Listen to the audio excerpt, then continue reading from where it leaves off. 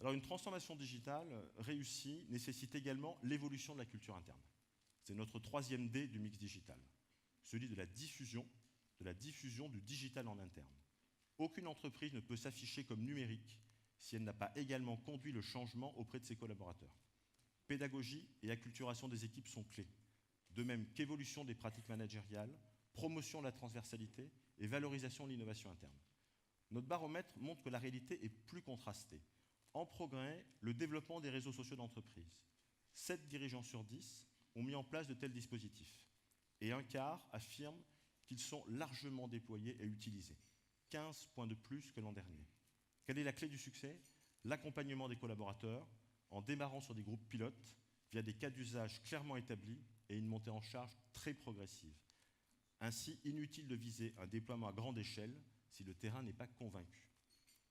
En progrès, chez CSC, en fait, nous le vivons chaque jour et nos offres de Digital Workplace intègrent systématiquement la prise en compte du facteur humain dans tout déploiement réussi de ces nouveaux modes de travail plus collaboratifs. Deuxième point de progrès, la sensibilisation des collaborateurs au digital devient en 2016 une réelle priorité. Plus d'un dirigeant sur 2 a mis en place des dispositifs dits dédiés, soit 15 points de plus que l'an dernier. On parle de reverse mentoring, d'ambassadeurs digitaux, de comités d'évangélisation.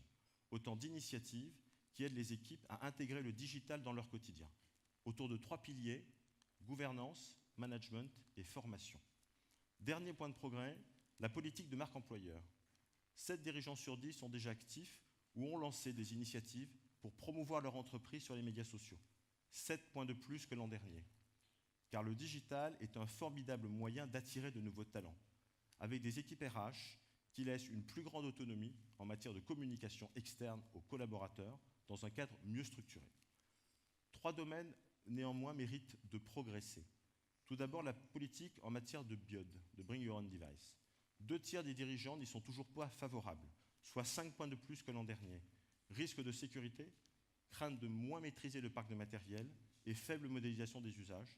Tels sont les freins, comme l'an dernier, qui sont le plus fréquemment cités. Ensuite, la promotion du télétravail. Là encore, 2 tiers des dirigeants n'y sont pas favorables, soit 23 points de plus que l'an dernier. S'agissant surtout d'une crainte de cette révolution de la culture interne, qui bouscule les principes de management bien établis, souvent fondés sur le contrôle et la recherche de productivité, et hélas, moins sur l'innovation, l'intelligence collective et la recherche de transversalité, pour partager informations, connaissances et bonnes pratiques indépendamment des frontières physiques. Enfin, les modes d'expression de la créativité et de l'innovation en entreprise.